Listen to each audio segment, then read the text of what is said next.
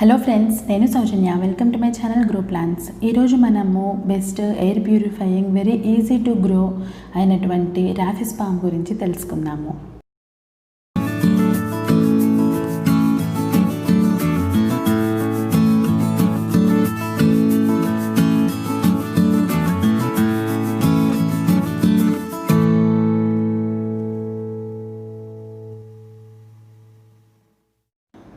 రాఫిస్ palm ప్లాంట్ని lady palm అని కూడా అంటారు. ఇది చాలా easy to grow and NASA specify చేసిన బెస్ట్ ఎయిర్ ప్యూరిఫైయింగ్ ప్లాంట్ అండి. ఇది మన ఇంటి వాతావరణంలోని టాయిలిన్, జైలిన్, బెంజిన్, ఇంకా ఫార్మాల్డిహైడ్ ఇవే కాకుండా అమ్మోనియా లాంటి కెమికల్స్ని కూడా ఇది రిమూవ్ చేస్తుంది అండ్ ఎయిర్ని ప్యూరిఫై చేస్తుంది.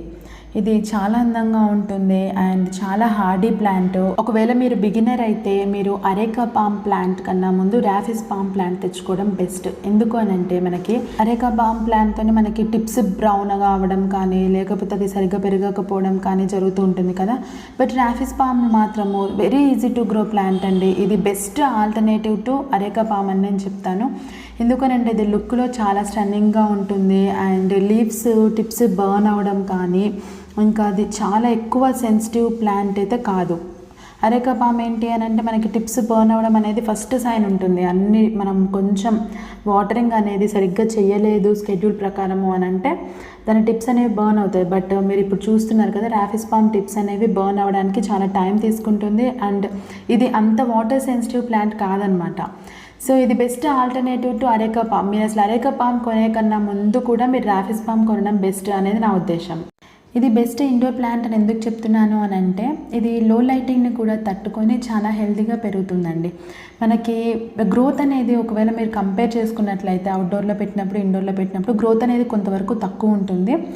But at the same point of time leaves అనేవి చాలా డార్క్ గ్రీన్లోకి టర్న్ అయ్యి మనకి లో లైటింగ్ కండిషన్స్కి తట్టుకొని నిలబడేలాగా అది ప్లాంట్ దాన్ని అది మౌల్డ్ చేసుకొని హెల్తీగా పెరుగుతుందన్నమాట. సో అందుకని దీన్ని మనం బెస్ట్ హౌస్ ప్లాంట్గా చెప్పుకోవచ్చు. ఈ ప్లాంట్ అనేది గ్రౌండ్లో పెట్టినప్పుడు అప్ టు 12 feet వరకు పెరుగుతుందండి. ప్లాంట్స్ని మనం మోస్ట్లీ సినిమా థియేటర్స్లో కానీ మాల్స్లో కానీ ఎక్కువగా చూస్తూ ఉంటాము. ఇంకా ఇది ప్లాంట్కి లీఫ్ టెక్స్చర్ వచ్చేసి లీఫ్ మీదనే కాకుండా లీఫ్ టిప్ మీద కూడా ఒక డిఫరెంట్ టెక్స్చర్ ఉంటుంది, జిగ్జాగ్ షేప్లో అండ్ చూడడానికి చాలా అందంగా ఉంటుంది. అండ్ కొత్త లీవ్స్ కానీ పాత లీవ్స్ కానీ అన్నీ కూడా చాలా షైనింగ్తో ఉంటాయి. మనం ఇండోర్లో పెట్టినప్పుడు ఇందాక చెప్పుకున్నాం కదా, ఆ గ్రీనరీ అనేది ఇంకా ఎక్కువగా డార్క్ గ్రీన్ షేప్లో వచ్చేసేసి చాలా అందంగా ఉంటుందన్నమాట. ఒకసారి మనం లీఫ్ షేప్ని అబ్జర్వ్ చేద్దాం. చూసారా ఎంత బ్యూటిఫుల్గా ఉందో. సో ఒక యునీక్ కైండ్ ఆఫ్ లుక్ ఇస్తుందన్నమాట ఇది మనము ఇంటి లోపల పెట్టుకుంటే. ఈ ప్లాంట్ని మనము అవుట్డోర్లో పెంచుకోవచ్చు, ఇండోర్లో కూడా పెంచుకోవచ్చు. దీనికి బేసికలీ సన్లైట్ రిక్వైర్మెంట్స్ వచ్చేసి ఎనీ కైండ్ ఆఫ్ లైటింగ్లో ఇది తట్టుకొని పెరుగుతుంది. మనం అవుట్డోర్లో పెట్టుకున్నప్పుడు దానికి తగ్గట్టుగా మౌల్డ్ అవుతుంది, దానికి సన్లైట్ ఎంత పడుతుంది అనే దాన్ని బట్టి. అలానే ఇండోర్లో పెట్టుకున్నప్పుడు కూడా అంతే. అంటే బేసికలీ దీనికి సన్లైట్ రిక్వైర్మెంట్ అనేది 4 to 6 hours కానీ 2-3 hours కానీ అలా చెప్పుకోవాల్సిన అవసరమే లేదు. సో ఎనీ కైండ్ ఆఫ్ సన్లైట్లో ఇది హ్యాపీగా పెరుగుతుంది. అసలు సన్లైట్ డైరెక్ట్ పడకపోయినా పెరుగుతుంది, పడ్డా కానీ పెరుగుతుంది. ఒకవేళ సన్లైట్ అనేది చాలా ఎక్కువైతే మాత్రము లీవ్స్ బర్న్ అయ్యే ఛాన్స్ ఉంటుంది. బట్ అది టెంపరీగానే ఉంటుంది.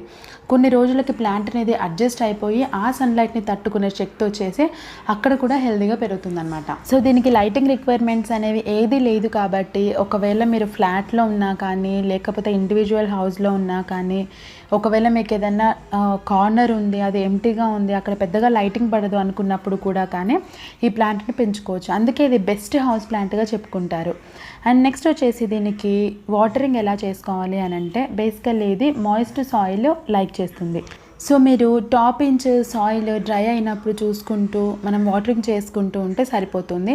అండ్ వాటరింగ్ చేసినప్పుడు మనం గుర్తుంచుకోవాల్సిన విషయం ఏంటి అని అంటే దీనికి చాలా డీప్ రూటింగ్ సిస్టమ్ ఉంటుంది. సో మనకి కుండీలో కింది వరకు కూడా దీని రైజోమ్స్ కానీ రూట్స్ కానీ వెళ్ళి ఉంటాయి. సో మనం వాటరింగ్ చేసుకున్నప్పుడు డ్రైనేజ్ హోల్లో నుంచి వాటర్ బయటకు వచ్చే వరకు చూసుకొని ఫుల్ మనకి అది ఎంతైతే సాయిల్ ఉందో అది మొత్తం తడిచేలాగా చూసుకొని వాటరింగ్ చేసుకోవాలి. అండ్ ఇందాక చెప్పుకున్నాం కదా మాయిస్ట్ సాయిల్ దీనికి ఇష్టమో అని. సో దీని సాయిల్ రిక్వైర్మెంట్ వచ్చేసి మనది పాటింగ్ మిక్స్ వీడియో ఉంది కదా, సేమ్ పాటింగ్ మిక్స్ మనం దీనికి యూజ్ చేసుకోవచ్చు. బట్ అందులో మీరు ఒక 10% వర్మిక్యులైట్ కనుక యాడ్ చేయగలిగితే అది బెస్ట్ పాటింగ్ మిక్స్ అవుతుందండి రాఫిస్ పామ్కి. వర్మిక్యులేట్ యాడ్ చేయడం వల్ల ఏమవుతుంది అని అంటే మనకి మాయిశ్చర్ హోల్డింగ్ కెపాసిటీ అనేది పెరుగుతుంది. సో ఈ ప్లాంట్ అనేది హెల్తీగా హ్యాపీగా ఉంటుందన్నమాట. నెక్స్ట్ ఈ ప్లాంట్కి ఫెర్టిలైజేషన్ వచ్చేసి మీరు seaweed solution, cow dung manure కూడా యూజ్ చేసుకోవచ్చు. ఒకవేళ ఇవి కాకుండా మీరు ఎన్పీకే యూజ్ చేసేలాగా అయితే కనుక మీరు ఎన్పీకే కూడా యూజ్ చేసుకోవచ్చు. బట్ ఏంటి అంటే ఫెర్టిలైజేషన్ అనేది దీనికి ఎక్కువగా అవసరం ఉండదు అనేది మనం గుర్తుంచుకోవాలి. మీరు ఎలాంటి ఫెర్టిలైజర్ యూజ్ చేసినా కానీ మంత్లీ ఒకసారి హాఫ్ స్ట్రెంత్ యూజ్ చేస్తే సరిపోతుంది. నెక్స్ట్ ఈ ప్లాంట్ ప్రాపగేషన్ వచ్చేసి సీడ్స్ త్రూ చేసుకోవచ్చు. అండ్ సీడ్స్ త్రూ అని అంటే యాక్చువల్గా ఈ ప్లాంట్ అనేది మంచి మెచ్యూరిటీ వచ్చాక ఫ్లవర్స్ వస్తాయి, ఆ తర్వాత సీడ్స్ కూడా వస్తాయి అన్నమాట.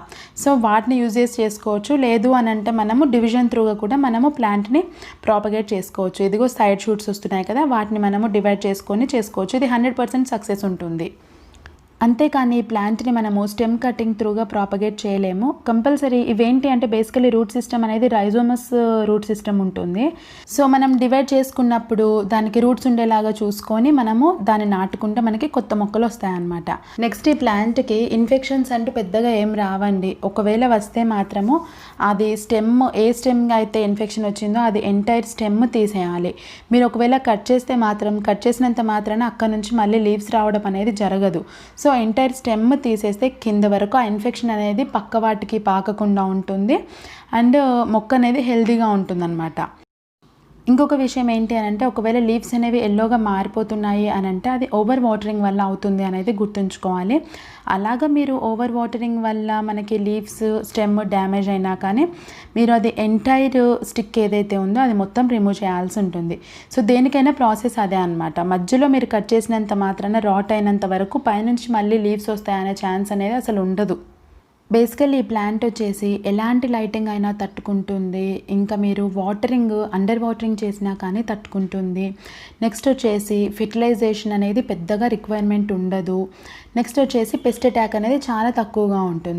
అండ్ మన ఇంటి వాతావరణంలో నుంచి చాలా రకాలైనటువంటి ఎయిర్ పొల్యూటెంట్స్ని ఇది తీసేస్తుంది.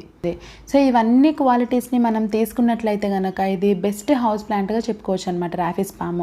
సో మీకు ఈ వీడియో నచ్చింది, హెల్ప్ అవుతుంది అని నేను అనుకుంటున్నాను. ఈ వీడియో కనుక మీకు నచ్చినట్లయితే లైక్ చేయండి, షేర్ చేయండి and please subscribe to my channel grow plants. Thank you.